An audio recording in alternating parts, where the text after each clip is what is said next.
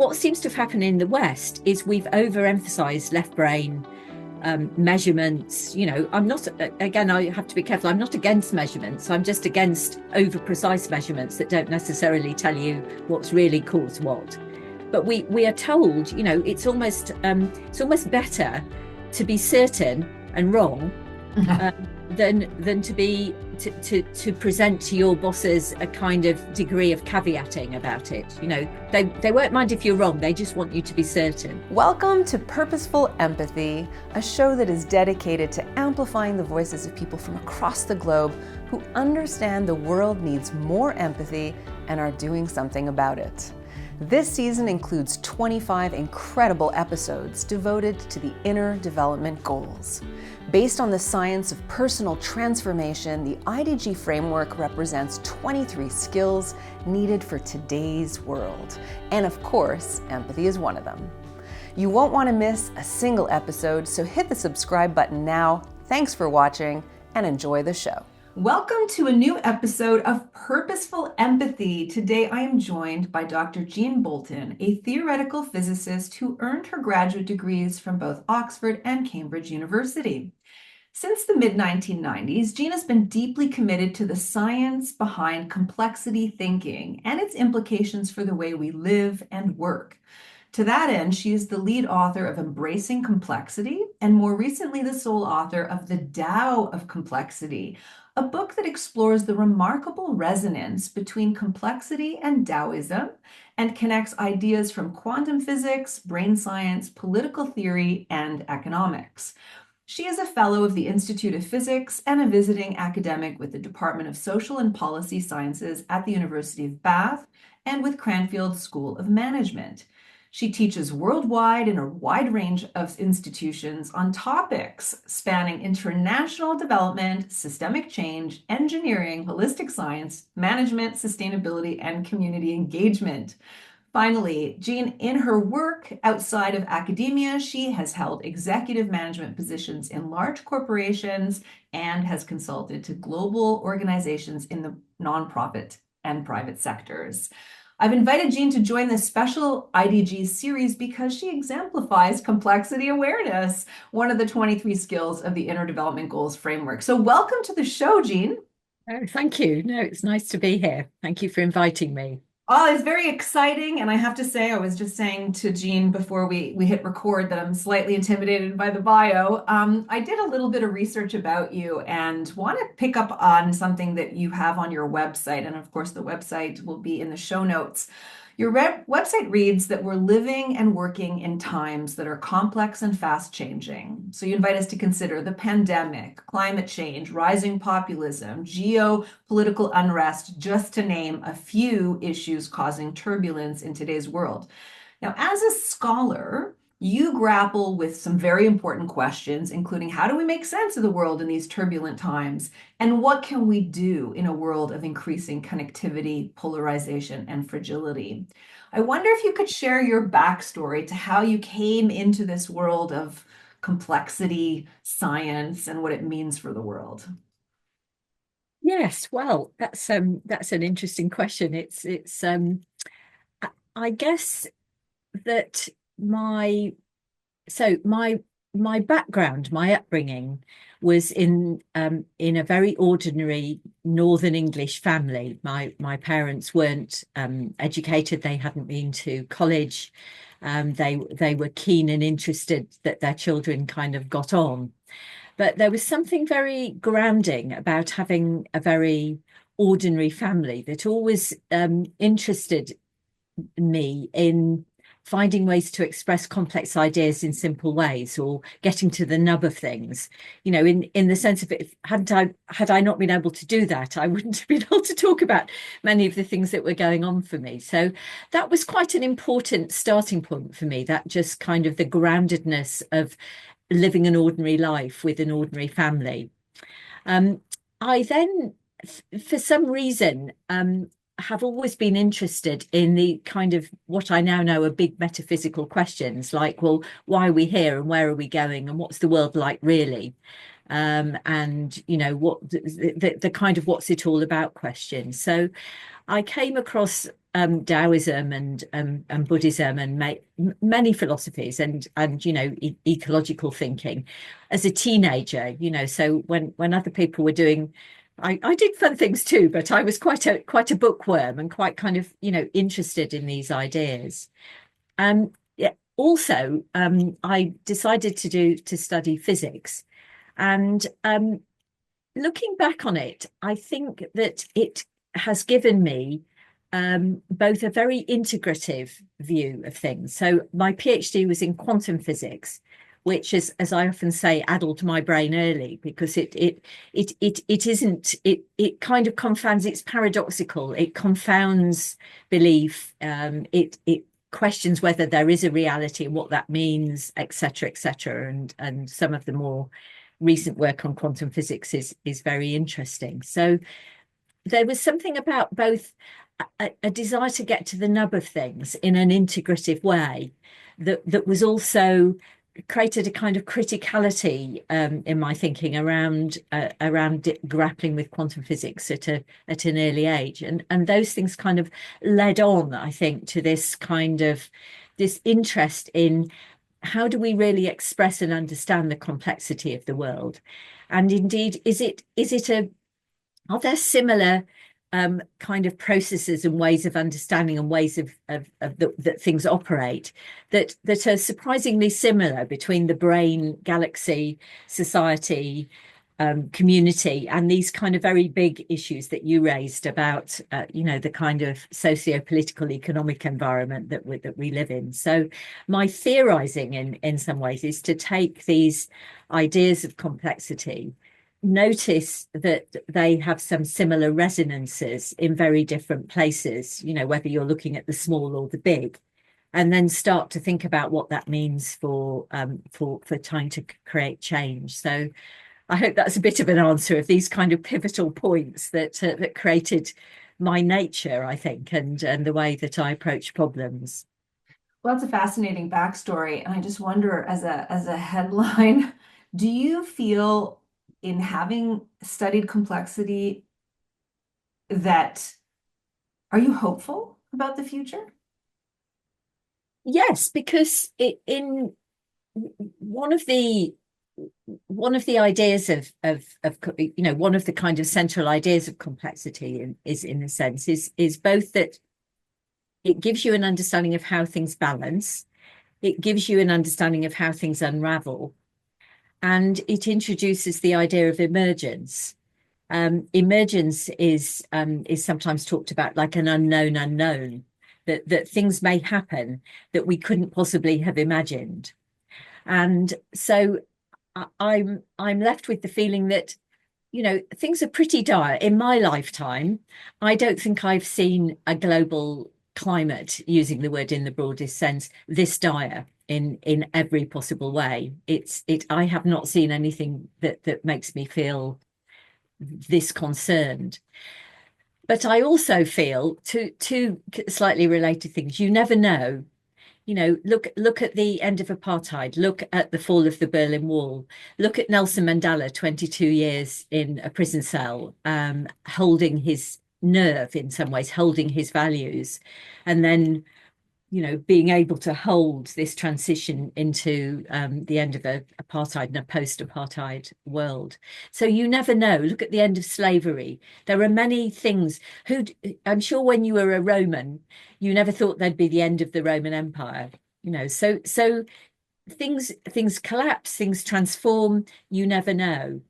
And I'm also attracted to the ideas that there's someone who's written who used Albert Camus' book The Plague as a kind of example of this. So Albert Camus writes about a town that had the plague and was cut off from the outside world, and he describes the way people behave.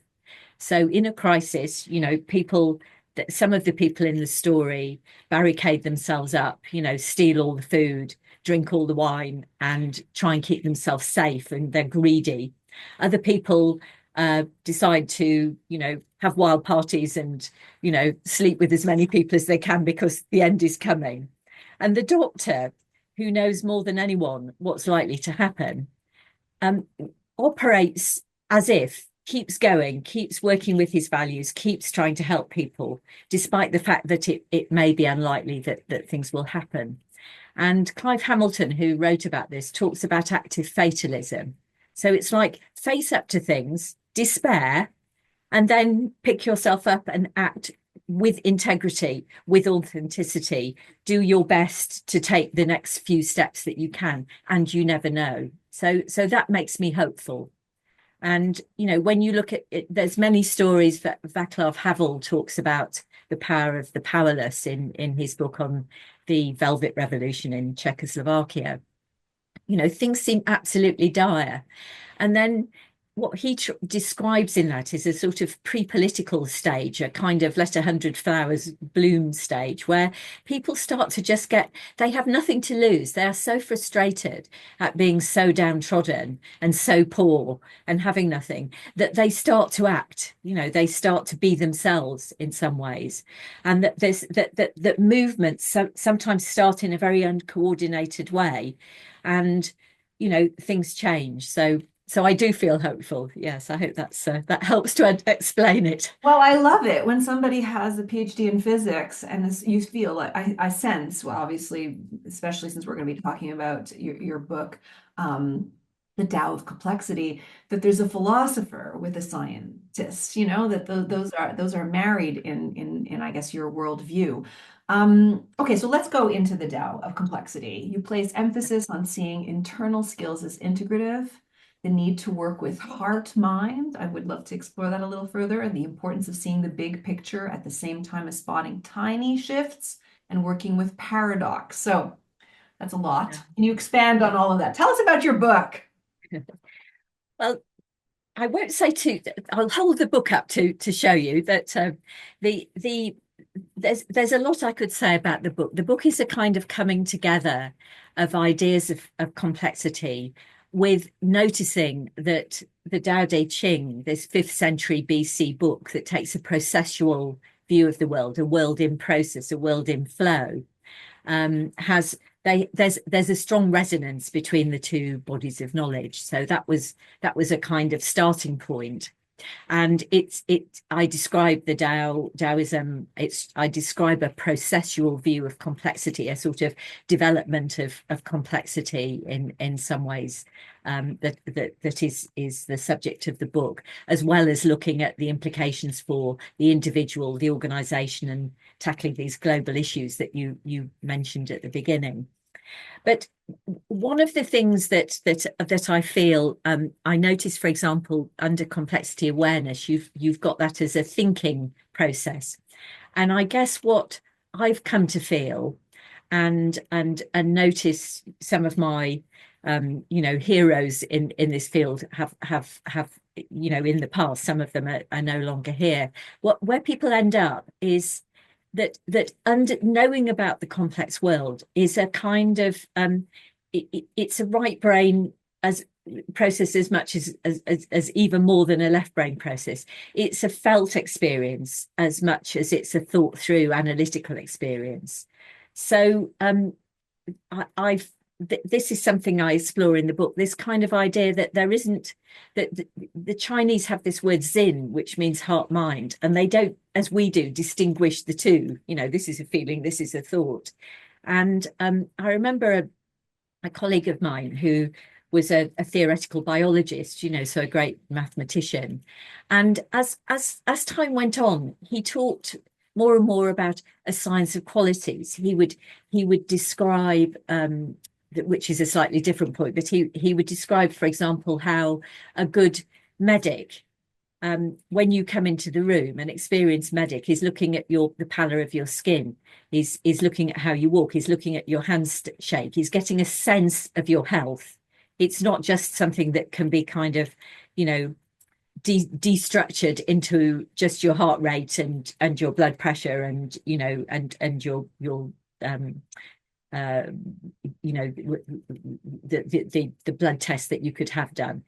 It's a kind of it's a apprehending the world with the broadest sense of our senses, and then being able to use judgment. So, you know, if you ask questions like, what is the essential culture of this organization?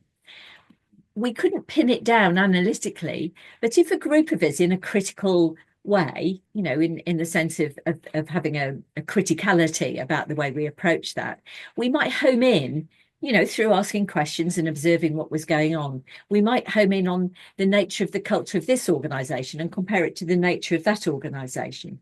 Or we might say, where is the boundary of this pond or this wood, this ecological system? It doesn't have a precise answer. There's an element of judgment in it, and yet it isn't just a matter of opinion. There's a kind of what's called a critical subjectivity. So I'm kind of interested in this idea of integrative skills, of valuing not just what we think, but this thinking, feeling, judgmental mix. And so that's one kind of theme that I explore. And then another theme that is very central, I think, to understanding the complex world is the idea of paradox.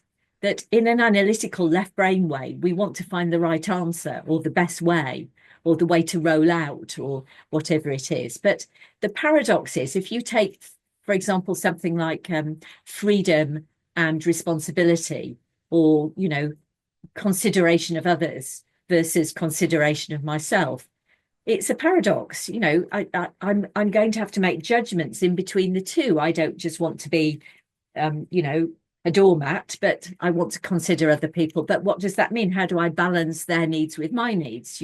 How do I balance the short term if I'm an organization with long-term considerations? How do I balance the success of my organization with the need to ensure that, the world at large isn't being overly impinged by my greed, or my focus. So this kind of idea of integration paradox is quite central to complexity thinking and the kind of ideas of leadership in complexity. This really speaks to me because I'm learning more about sort of the brain-gut axis, which I guess is what the Chinese Zen word is speaking to. Yes. The science is catching up to sort of what older traditions have known Yeah. to be true. Left brain, right brain thinking, obviously intuition as a form of understanding, or even a somatic intelligence that we all have. The IDGs, the Inner Development Goals, does have complexity awareness under its thinking category. They describe it as understanding of and skills in working with complex and systemic conditions and causalities. And so the feedback I'm getting from you is that it's not just a cognitive thing, it's an embodied sense. Yeah. So how do we go about, I'll ask two questions at the same time, and maybe one is not fair. I should have done it earlier in the conversation. What is complexity? Maybe just to get a little sense of what are we talking about? And how do we develop this complexity awareness given your framing of complexity? Yes. Well, so complexity is where I'm coming from is the science of situations that are open to their wider context and have a variety of interrelationships going on within them that have diversity and are not fixed. So there's a sense. So if you take a family is a very good example of a complex patterning or situation. The family is open to the wider environment. People go to work and come home, grandma visits, you get a new dog, all that goes on. And yet there are stabilizing patterns of relationships in a family. Who gets on better with whom, who has tea together, who do you talk to about your worries? There will develop over time patternings of behavior and ways of doing things. Do you all have tea together in your family or don't you?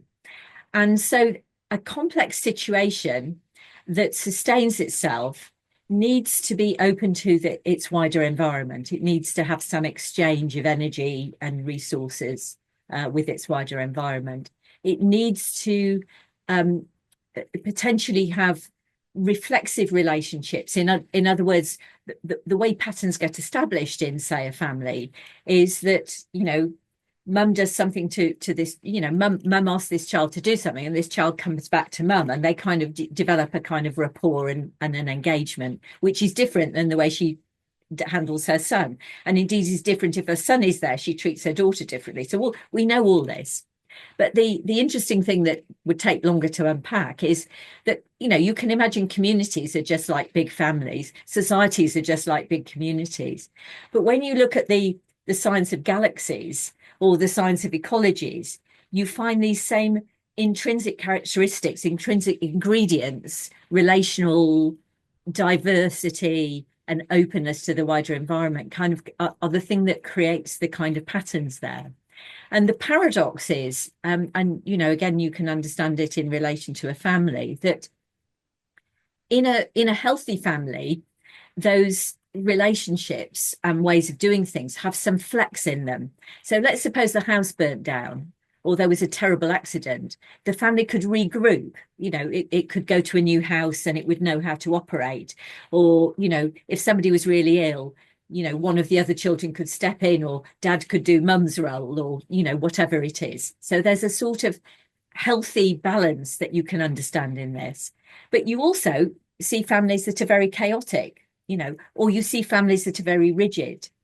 And they've still got the same kind of basis of interaction underneath. But when things get too rigid or too chaotic, you get different sorts of behaviors. So that's just an example, not more than a metaphor, but an example of what complexity is about. So complexity is trying to study situations where there's much interwoven together, there's diversity, there's openness to the wider environment, and try and understand, are there common features like patterning, like a sense of flow and change, like the potential for emergence that we can then use judiciously to be able to be skillful in the way we operate in a complex world. So that's the answer to the first question. I've forgotten the second question now. Well, okay, the second question is how do we develop that? But in between, I'm thinking about Buckminster Fuller, and I don't remember the exact quote, but something along the lines of, rather than tinkering with a system that's not working, build something else from scratch that is like exciting and full of potential. So I'm kind of threading the needle a little bit when you answer that you're optimistic about the future. It's that things can redesign itself. So does it exist out in the world, whether it's in the natural systems or out there in the planetary world, that there's a collapse and a rebirth that happens? Because that does make me feel hopeful that something new could emerge from all of this chaos. Yeah, so what I'm doing is describing the nature of things. It is to use somebody was telling me off for using this yesterday. It is an ontological perspective. It's talking about the nature of reality, the nature of things. So it's a description of the way things change, the way things are. Now, if you're then saying, well, so you've made two different points. If you're then saying, how do we work with that? Then if I was a social worker working with a family, or if I'm in an organization, I would try and allow some diversity of thought, some different pathways. I wouldn't want to tighten the machine too much, because it then becomes rigid and unable to operate. Now, it sounds unrelated, but with using the same ideas of this interrelating practice, if there becomes a constellating of power, if in that kind of system, and you can imagine, supposing you had a really happy family, and then mum died and dad remarried, and the new the stepmom was the wicked stepmother, and it became very rigid, and people were scared, the kids were scared, there was a lot of stress in the family. You can see that would be quite likely to collapse. If there was any kind of dilemma, it could just collapse.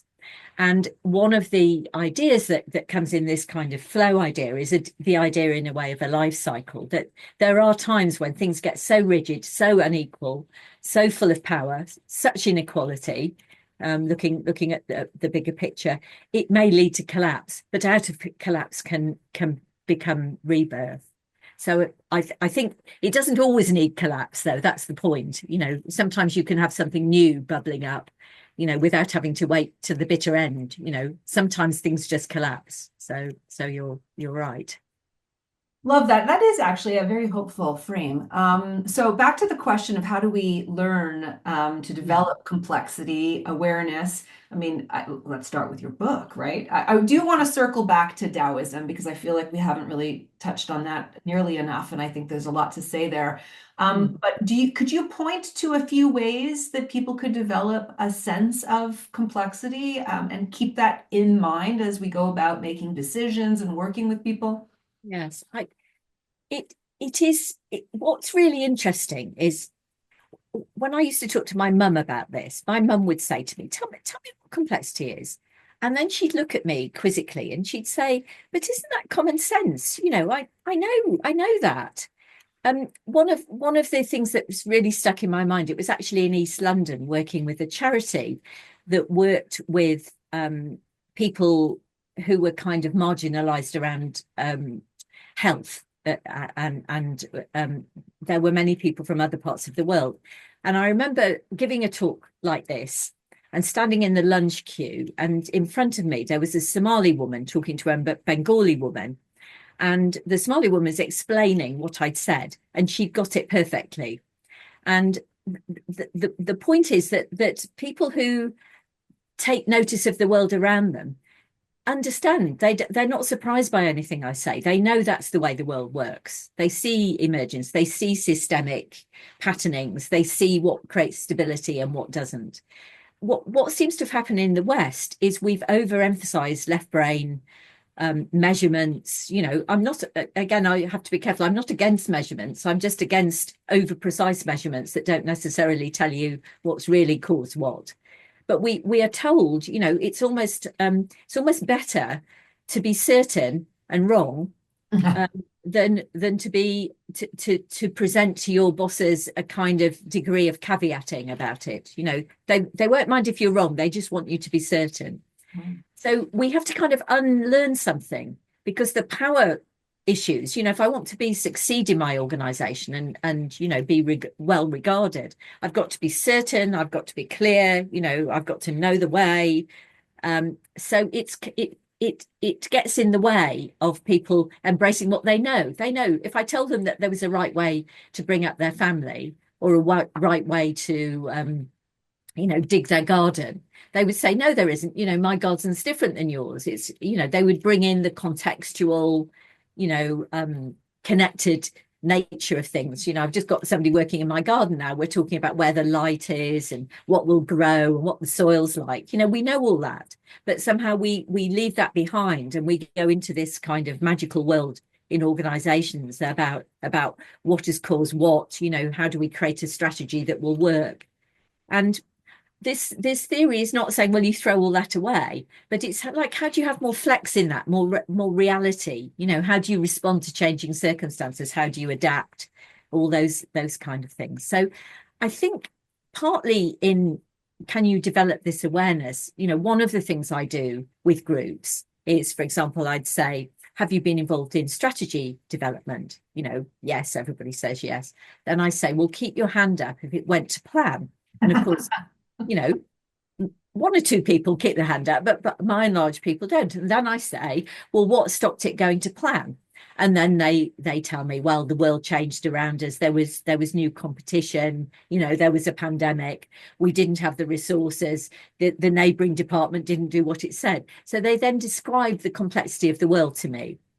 And then I say, well, okay, you're describing complexity to me. So if you bear that in mind, what would you do differently then with your strategy? And again, it's not rocket science. They say, well, it would be good to plan and have a good vision, but have more recognition that we have to adapt to changing circumstances. We have to have contingency. Maybe we start off 3 experiments at the same time and see what works best, so they don't find it difficult then to imagine what it would be. So that's one way that I get people to think differently. And I think for me, what comes up as I'm hearing you talk about that is that if you want to develop complexity awareness, you would also want to develop a sense of resilience. You'd also want to develop a sense of curiosity and creativity as ways of blending those skills into an understanding of complexity, right? So that we can be adaptable. Yes, but I think I'm also saying that if you want to understand the world is complex, you have to do thought experiments. You have to question yourself about, well, what makes a family resilient, or do strategies go to plan? How did that change program work out? Why didn't it work out? What could you have done differently? So I do try and take people back into experience. Um, so that's definitely one way of doing it. I think there's also, and this is why I'm kind of, don't want to position complexity as a thinking process, is that there's a kind of maturation of us where we get more adept at handling complex situations, which is both an emotional as well as a cognitive issue. It's not just that, like, I see complexity. It's that I am more comfortable with ambiguity, or I'm more comfortable with paradox. It's slightly different. One of the things I try and talk to people about as well is that this is quite Taoist. Um, Supposing you were a lion hunter, or a bird watcher is a slightly different thing. But if you think of the hunter gatherers, if you think of the hunters, they had to apprehend the whole picture in order to then spot the tiny, movement that said there's a lion there, or there's prey, or even there's a bird, if you want to take it into bird watching. So there's something about the right brain is very good at apprehending the patterns, and then spotting the opportunities, or these kind of tiny movements that say there's a lion there, that's where we've got to go. And that's something that's very Taoist, that comes into Taoist thinking, that there's something about, you see the whole, but then you are looking for what they call the beginning of the beginning, the sort of qualitative emergent change. Now, any change agent knows, if you go into a room, supposing, you're going to facilitate a board meeting, you walk into the board meeting, the first thing you're probably going to do is you're going to apprehend, like, what's the mood here? Who's in power? What's being said? And you're going to wait and take that in. And intuitively, at some point, you might spot an opportunity to either make a shift, introduce an idea, or point something out to somebody, or make some kind of intervention that kind of takes into account what you're seeing, but you have an intuitive sense that this is the moment and this is what might work. So that's the same kind of thing. So you can help people to see that, well, many of us do it, we just don't maybe value that in ourselves. So, and wouldn't we love to see that in leaders? Oh, I love this. This is such a juicy conversation. I'm curious to know, Jean, having learned all of this, and deep yes. exploration and strategy and consulting, how has it changed you as a person, and how you go into relationships in the world? Yes. Well, I think I've probably always thought, in one sense, I articulate it better, but I've always thought about the world in this way. But I think my personal maturing has partly been through working on my own inner world, where in a somatic way. I'm very interested in somatic work. Where am I stuck? Where do bits of my childhood pop up, unhelpfully?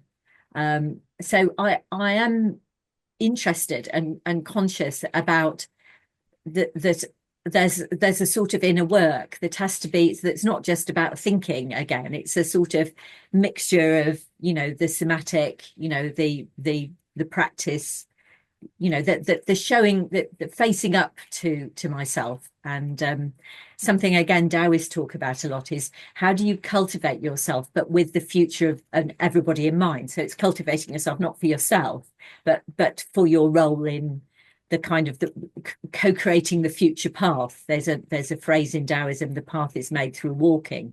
And that's a kind of collective. How do we co-create the future that we want? Well, partly we've got to be kind of we've got to mature and hone ourselves as well as we can. So I take that seriously. And I think a related idea that I am really, that is probably has always been true of me, but I really believe in, is it's to do with authenticity. There's something about nobody can be the perfect leader or the perfect person. I am an individual, and I have my strengths and weaknesses in my skills, and I have my strengths and weaknesses in my interpersonal, in my resilience. That's my nature. How can I be authentic in holding that and move forward with others, which might mean sometimes me saying, I feel very vulnerable here, or it might mean saying, I'm actually quite a good strategic thinker. I think I'm seeing something important here. How do I stand in my own shoes in a collective way? And I think that's something I both got better at and believe in more. And I think the world often makes us all feel we should be good at everything. The leader has got, of all the skills you have in this, not everybody's going to have all of them, however hard they try. It's a collective endeavor. And if I know where I'm good and, where I'm skilled and where I'm less skilled, then I can ask for help. I can bring in others, that kind of thing. So I think my maturity has helped me to do that better, and a willingness to face up to myself. Well, I haven't yet read your book, but as soon as I get off this call, I'm going to go on to Amazon and order a copy. You've certainly made a convincing case for I just adore you. I just adore the conversation. You've given me so much food for thought. I have two last questions for you, if you don't mind, Jean. Yeah. How do you view the importance of values and reflecting on mindsets? What role does that have? Yes, I think that that what we believe matters enormously. So, I could go on at length about this, but if we believe people are basically evil or stupid, we can build a whole economic and political system based around that. If we believe, as the socio biologists show us, that people are capable of both great compassion and empathy and great selfishness, then we can cultivate ourselves and each other in, to look towards the collective, which is probably, there's the phrase, no one is safe till we're all safe, that with the collective in mind, which is something I believe. So I think it's important to go back to, so what do you value? And I notice in others, recently I've been to two different talks by very polished and erudite economists who on what both of them are basically saying, well, people are basically selfish. What can you do? Let's start there. And I think that, that's their values. So I must read their work through their values, and I must think about my own values, yeah.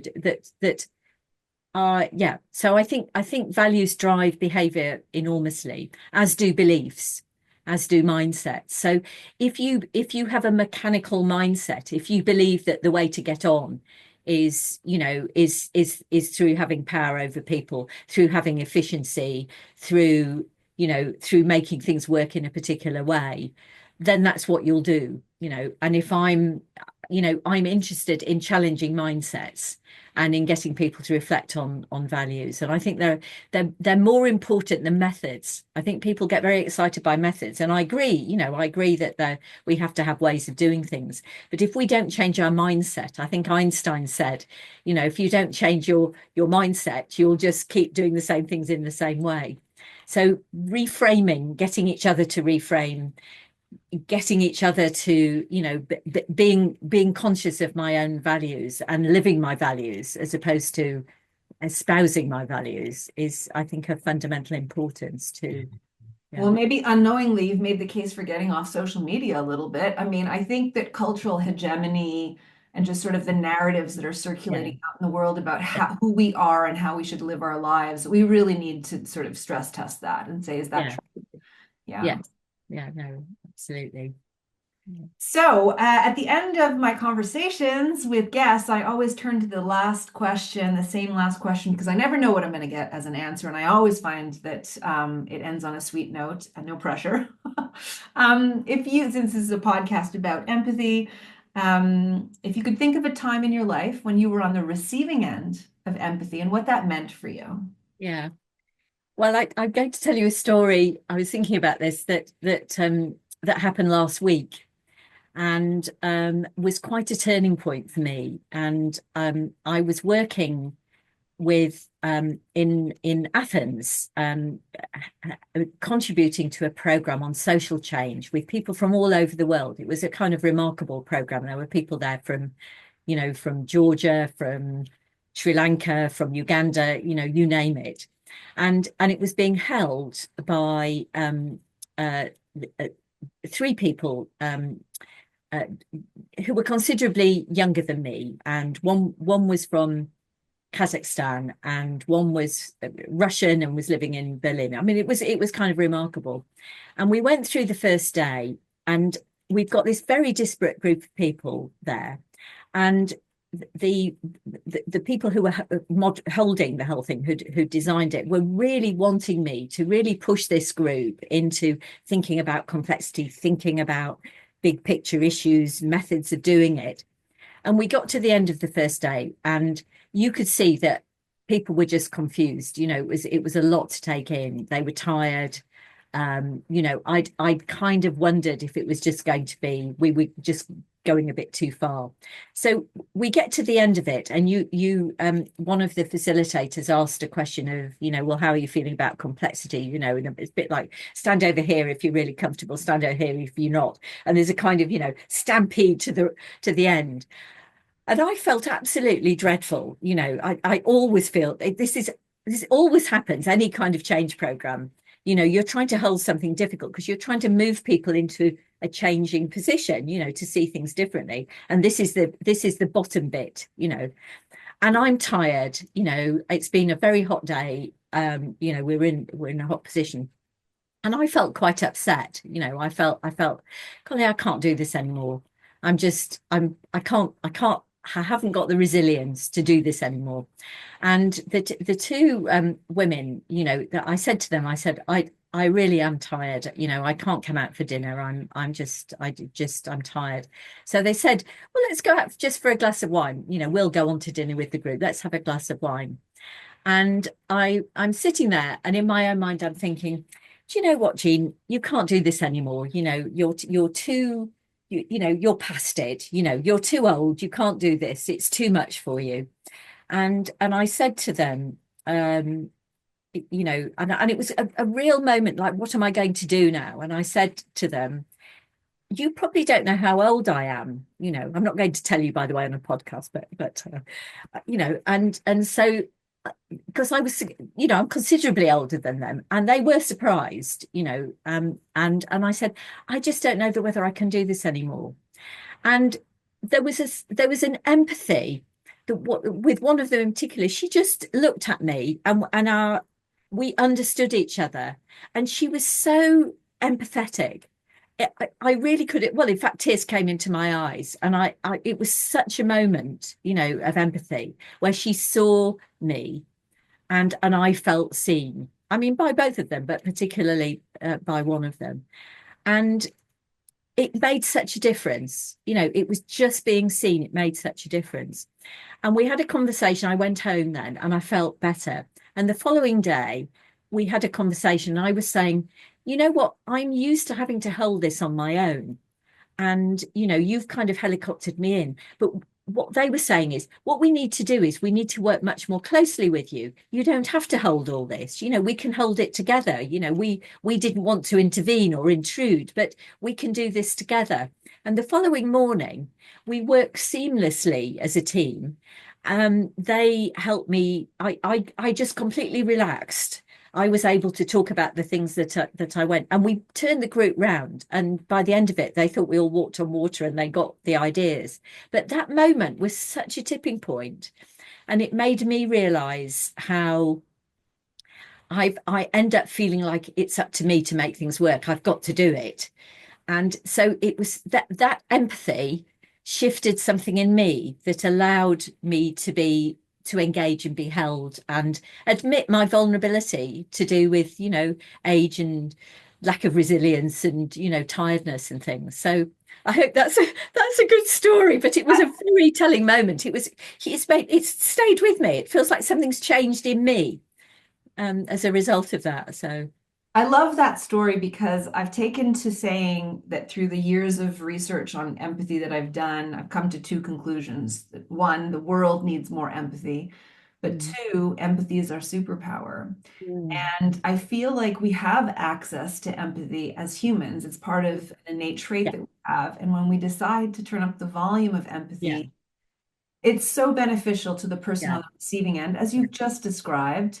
And then she benefited from you in an entirely different headspace. And then you got the opportunity to facilitate the ending, and everyone thought you walked on water. Yes, well, and then we all managed to get it to work. But no, and I think in terms of cultivating complexity, it's the same. If you just allow in that kind of vulnerability and that receiving, it changes everything, I think. And so no, I completely agree with you about the vital importance of empathy.